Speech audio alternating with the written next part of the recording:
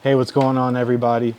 Today we're going to be replacing the key battery on a BMW F30, more specifically a 2013 BMW 320i. This is everything you're going to need to get this done.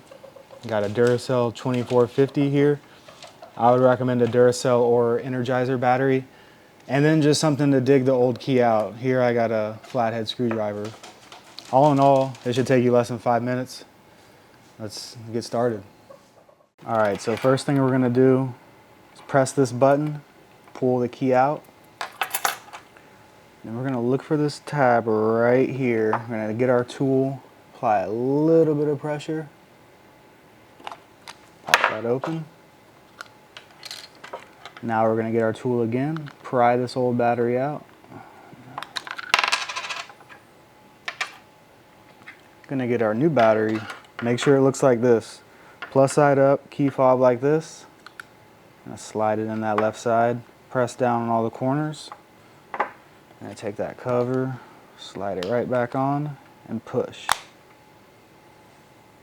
Alright, and that wraps it up.